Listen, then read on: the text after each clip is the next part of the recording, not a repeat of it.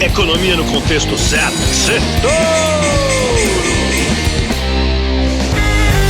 Boa noite, Brasil, ouvintes da Jovem Pan. Bem-vindos a mais um Sextouro, o resumo da semana econômica no contexto certo. E esta última semana do semestre foi uma semana de ajustes. As ações de tecnologia apanharam firme lá fora. Foi o Goldman Sachs vendendo. O Bitcoin também sofreu. Enquanto o dólar subiu no mundo inteiro, igual um balão de São João. Segura, piu! Por aqui, novas declarações do presidente Lula sobre gastos e o Banco Central deram arrepios dos investidores e colocaram um turbo no dólar.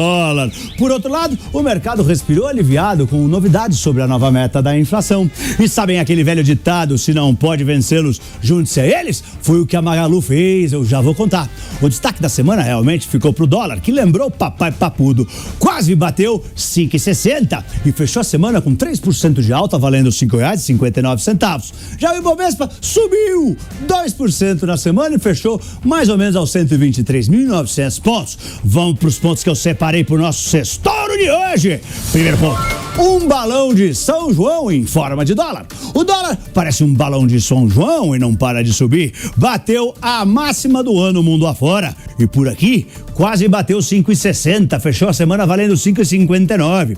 O que faz o real amargar o título de pior moeda do mundo em 2024. A principal razão para a alta do dólar lá fora é a virada nas expectativas de corte de juros nos Estados Unidos, que caiu de 7 cortes de juros no começo do ano para apenas um corte de juros agora, porque a economia americana está muito forte e não se cortou juros até agora.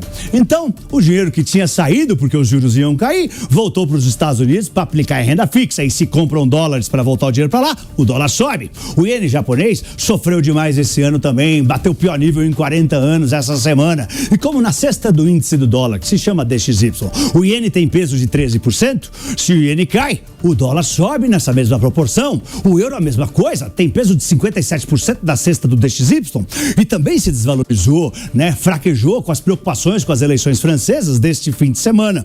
No Reino Unido também tem eleição semana que vem e se o euro cai, o dólar sobe na mesma proporção. E aqui no Brasil, não só os investidores estrangeiros não estão querendo colocar muito dinheiro em país emergente nesse momento, mas ainda temos os nossos problemas locais que fazem do real a pior moeda do mundo no ano.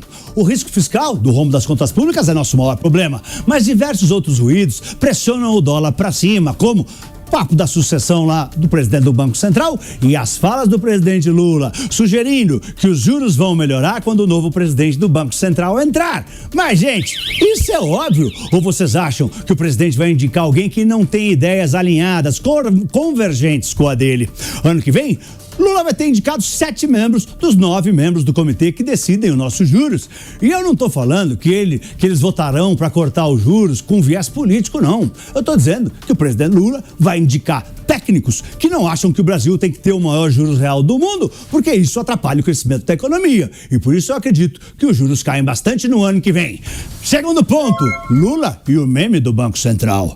O presidente Lula fez novas declarações que assustaram os investidores. Entre elas, no começo da semana, ele diz que não sabe se realmente é preciso cortar despesas. O foco estaria em arrecadar mais, completamente diferente do que se faz na casa da gente. O mercado faz contas e diz que sem corte das despesas não dá para cumprir a meta fiscal, já que existe muita resistência a novas medidas para aumentar a arrecadação. Já está complicado demais para o povo pagar mais imposto, não é mesmo?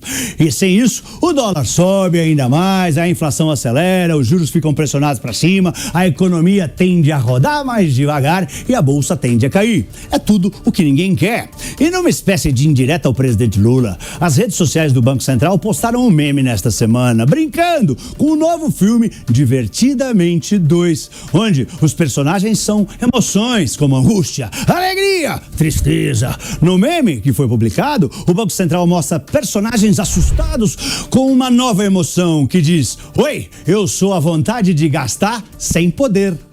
Na legenda, o Banco Central dá uma amenizada dando dicas de educação financeira. Uma delas é a seguinte, abre aspas, manter as emoções sob controle ao fazer as compras, ou seja, conter as emoções, é essencial para evitar gastos impulsivos. Mas eu acho que o presidente Lula entendeu o recado, porque quinta-feira ele revisitou as falas de gastos públicos e disse que há sim espaço para corte de gastos. como a gente faz quando a gente está sem dinheiro. Aliás, na quinta o dólar caiu com essa fala dele.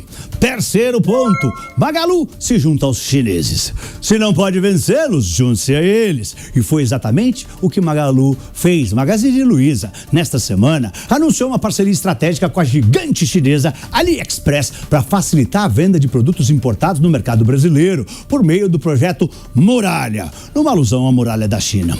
O e-commerce chinês vai vender seus produtos no Brasil diretamente pelo site e pelo app do Magalu, né?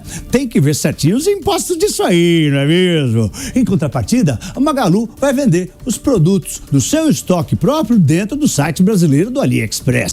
O acordo começa a valer no dia 31 de julho. O mercado gostou da notícia, as ações da Magalu dispararam. Os analistas acham que vai ser uma operação ganha-ganha e que eles devem dar dor de cabeça pro líder invicto de vendas online no Brasil, o Mercado Livre. Quarto ponto, o Galípolo já é presidente do Banco Central na Austrália.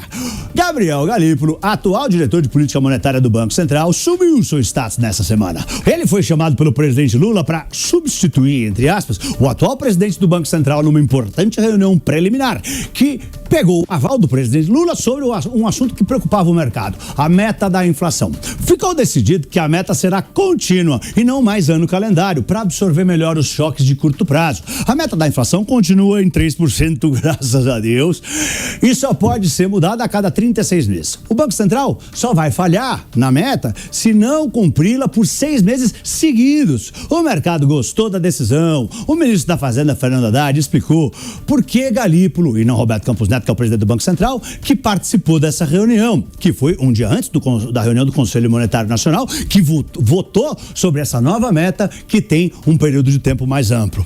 Afinal, né, o CMN é composto pelo ministro da Fazenda, o Haddad, né, a Simone Tebet e o presidente do Banco Central, Roberto Campos Neto. Segundo Haddad, foi o Galípolo que liderou as discussões sobre a mudança da meta contínua dentro do Banco Central. E por isso, ele que foi chamado para ir ao Planalto na hora do aval do presidente. Mas o mercado viu isso como um passo para ele assumir a liderança do Banco Central. Questionado, né, sobre Galípolo, Lula disse que Galípolo é um bom companheiro, altamente preparado, mas ainda não está pensando no Banco Central, né? Ele, Lula. Já Galípolo falou que nomeação de presidente do Banco Central não é assunto para diretor do Banco Central, ou seja, não é um tema para ele ficar falando por aí. Falou ainda que não gosta de falar sobre política fiscal porque foi secretário e é amigo do Haddad. Por isso, a pergunta faz todo sentido. Será que o Galípolo já é presidente do Banco Central na Austrália? Quinto ponto. Campos Neto nega rumores sobre ser ministro do Tarcísio. O presidente do Banco Central, Roberto Campos Neto, negou rumores que teria intenção de ser ministro da Fazenda caso o governador atual de São Paulo fosse presidente da República, o Tarcísio Freitas. Ele disse que nunca teve conversa nenhuma com o Tarcísio sobre ser ministro de nada e que as especulações só servem para contaminar o seu trabalho técnico. Os rumores apareceram depois que Campos Neto participou de um jantar organizado pelo governador de São Paulo, Tarcísio, esse mês em São Paulo. O presidente Lula criticou Campos Neto e o acusou de ter lado político. Campos Neto afirmou que, na percepção dele, o Tarcísio não vai ser candidato agora e também negou ter sugerido ao governador de São Paulo que não se candidatasse a presidente. É isso. E pra semana que vem vai ter pacotão de dados de emprego nos Estados Unidos, incluindo o payroll, os dados de emprego do cidadão urbano americano. Vai ter feriado da independência por lá, 4th of July, 4 de julho. Dia 3, aliás, as bolsas fecham na hora do almoço. Vai ter fórum dos presidentes dos bancos centrais. Vão sair diversos PMIs que saem todo começo do mês e nos mostram como andaram os setores da economia no mês anterior. Eu vou sair de férias 15 dias. E nas férias, aliás, nas minhas férias, você pode agregar valor para você mesmo, para investir melhor. Vale lembrar que hoje é o último dia da promoção de aniversário de 4 anos da New Cursos e todos os cursos estão com descontos de até 80%. O combo do meu curso Touro de Ouro 1 e 2 está com o menor preço de todos os tempos. Aproveite, é só hoje. niucursos.com.br. Eu sou Pablo. Boa noite e um lindo fim de semana em família. Uai, Torinho! Uai, Torinho!